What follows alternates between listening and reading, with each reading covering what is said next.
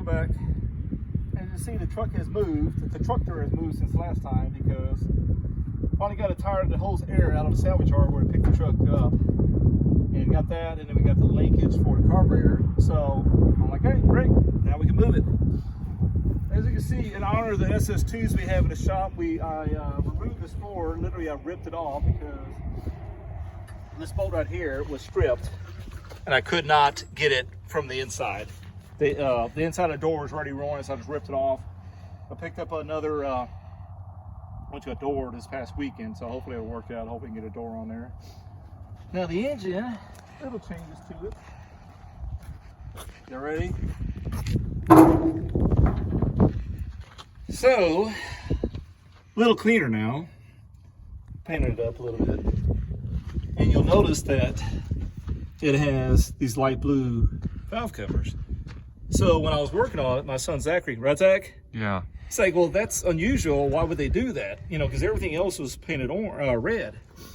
So he looked up on the internet, found someone's like, hey, that's a remanufactured engine from International itself, a rebuilt one.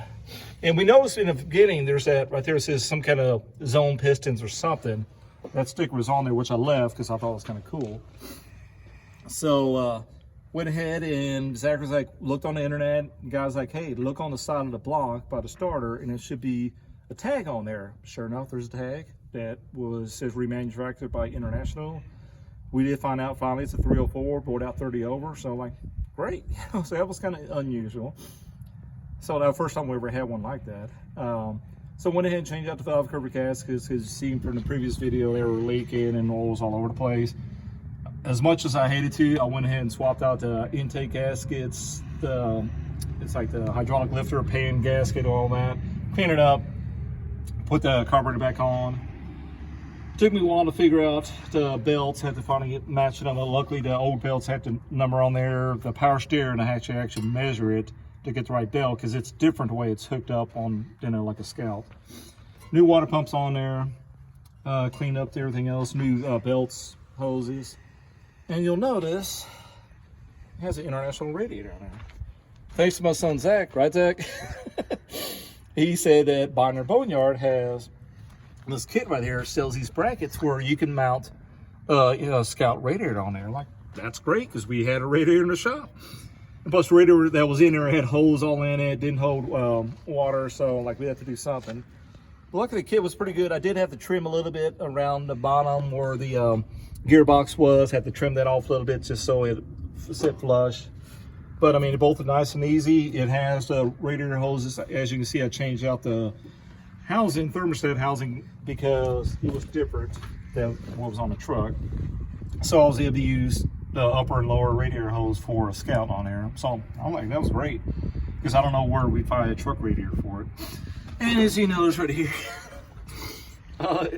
the center stud for the what's called carburetor is very long because it had an old bath, what's called air breather on there. And so I was like, you know what, back in the day I used to do that double stack. I thought it looked cool. Anyway, so did that. We'll see what Blaze thinks. Oh, by the way, Blaze is gone. He left for boot camp. If you remember the previous video, that all he wanted to do was see it run and drive. So he didn't run and drive. Then he left on February 20th for Air Force boot camp.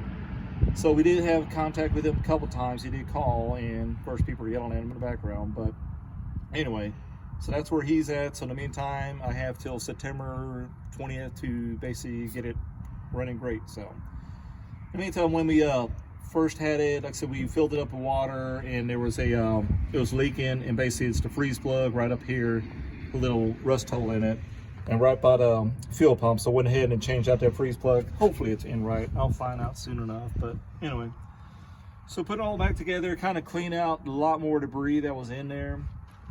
So and then also I kind of wired it up now. So Zach, can you come around here?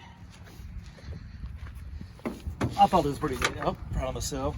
So I have a remote starter now and a remote kill switch. So now all you do is turn on the thing with sense power to the coil, then you press this and hopefully it'll start.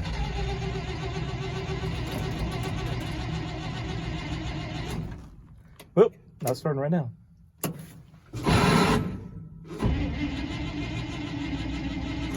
All right, too much for that. I did run and drive it out of the shop, so it was great. So of course, when I'm bragging about it, that's when it doesn't want to start. It is. I still got to figure out what is up with the carburetor, whether I am giving it too much gas and not enough gas. So right now, like I said, I'm still running off the fuel tank that's sitting in the bed. But we'll come back to that and see if it'll start. In the meantime, so the rims, split rims, nobody will mess with them. So this guy in Osawatomie, Kansas, got a hold of him, and basically he said what he did on his 68 pickup was swap in the 70s, which got axles in there, because it has the 5 on 5.5 bolt pattern. So I'm like, all right. So I went out there this past weekend to Osawatomie, Kansas, about a 4-hour drive. Picked up the axles, front and rear. It's supposed to have 373 gears. This one has a locker in the rear, which that's what plays us open, because that truck had lockers in. He was hoping to keep that. So anyway, so now I need to go ahead and kind of tear them apart, redo the brakes. I'm just hoping that the steering will work out, the burp from that axle to this. I won't know until I put it up underneath there. And hopefully everything will match up too, as the pads, the shock mounts, and everything else. So yeah, like I said, this is kind of different from Scout Axle. Scout Axle doesn't have that, so we will see. Hopefully everything won't line up. Of course, I'm gonna have to pull these discs off. It's been sitting I don't know how long in the mud and muck.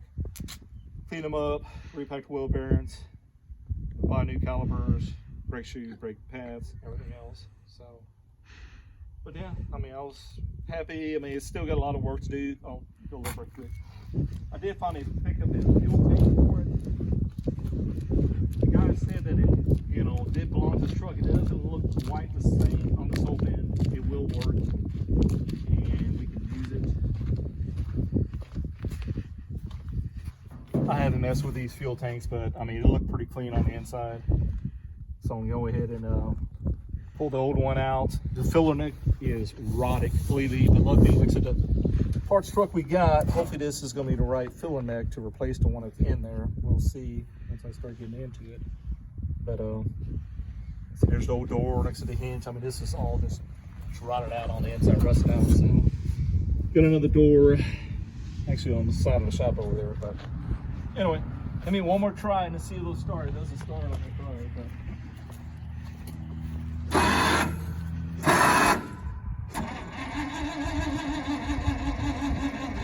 all right, we'll get it running again. Thanks for watching.